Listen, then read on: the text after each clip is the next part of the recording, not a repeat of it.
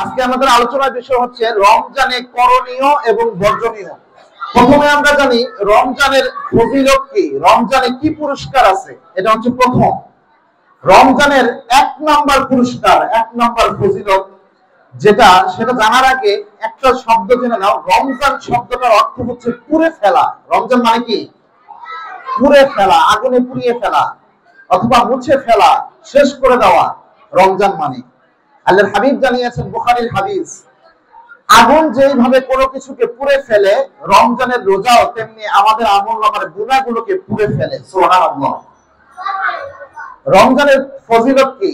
1 number যে ফজিলত রয়েছে, রমজান আসলে আমাদের যে লাভ, 1 নাম্বার লাভ হচ্ছে রমজানে যদি আমরা রোজা রাখতে পারি, এই পুরস্কার কোন ফেরেশতার মাধ্যমে আল্লাহ দান করবেন না। রমজানে রোজার পুরস্কার নিজ হাতে দান করবেন কে? বুখারীর হাদিস। আল্লাহর হাবিব সাল্লাল্লাহু আলাইহি ওয়াসাল্লাম জানিয়েছেন, কুল্লু বনি আদম কুল্লু ইবনি আদম আমালু লাহু, প্রত্যেকটা বনি আদমের যে আমলগুলো রয়েছে, এই আমলগুলো বনি আদমের নিজের জন্য, ইল্লা সিয়াম, রমজানের রোজা ছাড়া। কোন বনি আদম, কোন বাচ্চা যদি, কোন সন্তান যদি অথবা কোন মুরব্বি যদি রমজানের রোজা রাখে, এই রোজার পুরস্কার আল্লাহ রাব্বুল আলামিন নিজ হাতে দান করবেন, অথবা আল্লাহ নিজে ব্যক্তিদের জন্য পুরস্কার হয়ে যাবে। সুবহানাল্লাহ। আল্লাহ হয় রমজানের রিওয়ার্ড বা পুরস্কার নিজ হাতে দিবেন, অথবা আল্লাহ নিজেই তোমার জন্য পুরস্কার হয়ে যাবেন। সুবহানাল্লাহ।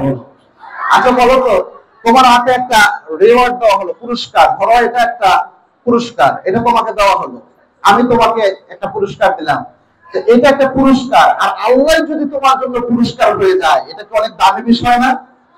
আল্লাহ রাব্বুল আলামিন কোন আমলের ব্যাপারে বলেন নাই যে আমি আল্লাহ রাব্বুল আলামিন তোমার জন্য পুরস্কার হয়ে যাব বান্দা। একমাত্র রমজানের রোজার ব্যাপারে বলেছেন যে আসিয়ামু লি ওয়া আনা আজিজু বিহি আও উজিজু বিহি, রমজানের রোজা হচ্ছে আমি আল্লাহর জন্য, আমি আল্লাহ এর পুরস্কার নিজ হাতে দিয়ে দিব, অথবা আমি আল্লাহ নিজেই এর পুরস্কার হয়ে যাব। সুবহানাল্লাহ। রমজানে 2 নাম্বার আমাদের যে লাভ রয়েছে, এটা হচ্ছে রমজানের রোজা কিয়ামতের দিন আমাদের জন্য সুপারিশ করবে। কিয়ামতের দিন আমরা যখন উঠবো, সবাই উঠবে, একদম আদম আলাইহিস সালাম নিয়ে শুরু করে শেষ যে মানুষটা জমিন থেকে বিদায় নেয়, সবাই আল্লাহর সামনে সেদিন উঠবে। এমন কঠিন ময়দান, সবাই ভয়ে কাঁপতে শুরু করবে। আল্লাহ রাব্বুল আলামিন কাফার রূপ ধারণ করবেন। সব যে নবীরা রয়েছে, সব নবীরা ইয়া নাফসি করতে থাকবে, হায় হায় আজকে আমার কি না জানি বিচার হয়। সবাই ভয়ে থরথর করতে থাকবে। তোমরা যখন ক্লাস করো, যে স্যার, যে ম্যাম একটু মাইকটার দেয়, একটু শাসন করে, ওই ম্যাম বা স্যার ক্লাসে ঢুকলে একটু ভয় লাগে না? আজকে পড়া না হলে আজকে খবর আছে, ভয় লাগে না? একটু ভয় লাগে। তো আল্লাহ যখন কিয়ামতের দিন সবাইকে উঠাবেন, তখন বান্দারা ভয়ে কাঁপতে শুরু করবে, হায় হায় আজকে আমার জান্নাত হয় নাকি জাহান্নাম হয়। এরকম কঠিন ময়দান। আল্লাহর হাবিব বলেছেন, কিয়ামতের এই কঠিন ময়দানে বান্দা যখন উঠবে, আল্লাহর হাবিব সাল্লাল্লাহু আলাইহি ওয়াসাল্লাম বলেন, আসিয়াম আল কুরআন, রমজানের রোজা এবং কোরআন শরীফ, কোরআন মাজিদ, যত বান্দারা রমজানের রোজা রাখবে এবং কোরআন পড়বে, রমজানের রোজা বান্দাদের জন্য কিয়ামতের কঠিন ময়দানে আল্লাহর দরবারে সাক্ষী দিবে। সুবহানাল্লাহ।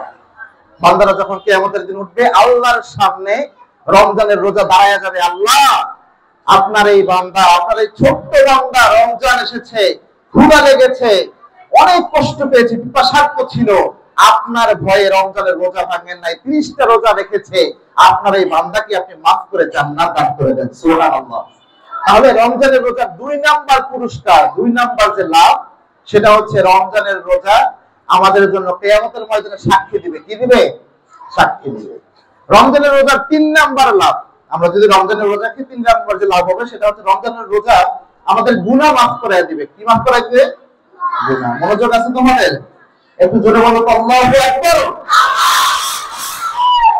আল্লাহর হাবিব সাল্লাল্লাহু আলাইহি ওয়াসাল্লাম বলেছেন, বুখারীর হাদিস, মান সামা রমাদান ঈমানান ইহতিসাবান গুফিরা লাহু মা তাকাদ্দামা মিন যামবি, কেউ যদি রমজানে ভালো নিয়ত নিয়ে শুধু রোজাগুলো রাখতে পারে, তার জীবনে আগে যত গুনাহ করেছে সব গুনাহ আল্লাহ রাব্বুল আলামিন মাফ করে দেয়। সুবহানাল্লাহ। তাহলে 3 নাম্বার যে আমাদের লাভ, সেটা হচ্ছে রমজান রোজা আমাদের গুনাহ মাফ করায়। কি মাফ করায়? গুনাহ মাফ করায়। 4 নাম্বার লাভ হচ্ছে রমজানের রোজা আমাদের জাহান্নামের আগুন থেকে পানা দিবে। জাহান্নামে যদি আমরা যাই, এই রমজানে যদি আমরা রোজা রাখি, জাহান্নামের আগুন থেকে আমাদের দূরে রাখবে। শুধুমাত্র রমজানে রোজা রাখার কারণে। সুবহানাল্লাহ বলুন। এবং আল্লাহর হাবিব সাল্লাল্লাহু আলাইহি ওয়াসাল্লাম জানিয়েছেন আসিয়ামু জুন্নাহ, রমজানের রোজা হচ্ছে ঢাল স্বরূপ। ঢাল চিনো তোমরা? তোমরা দেখবে যুদ্ধ হয় যে বিভিন্ন অ্যানিমেশন এগুলোতে দেখবা, যখন যুদ্ধ হয় তরবারি দিয়ে আঘাত করে, একটা জিনিস দিয়ে তরবারির আঘাত আসতে, ওটাকে বলা হয় ঢাল। ওটাকে কি বলা হয়? ঢাল। আগের যুগে যখন যোদ্ধারা যুদ্ধ করত তখন ঢাল রাখতো এক হাতে, আরেক হাতে তরবারি রাখতো, তরবারি দিয়ে আঘাত করত, আবার আরেকজন যখন আঘাত করত তখন ঢাল দিয়ে আটকায় ফেলতো। এই যে ঢাল দিয়ে যে কোনো আঘাত আটকায় ফেলে, রমজানের রোজা তেমনি ভাবে তোমার জীবনের ঢাল হিসেবে থাকবে।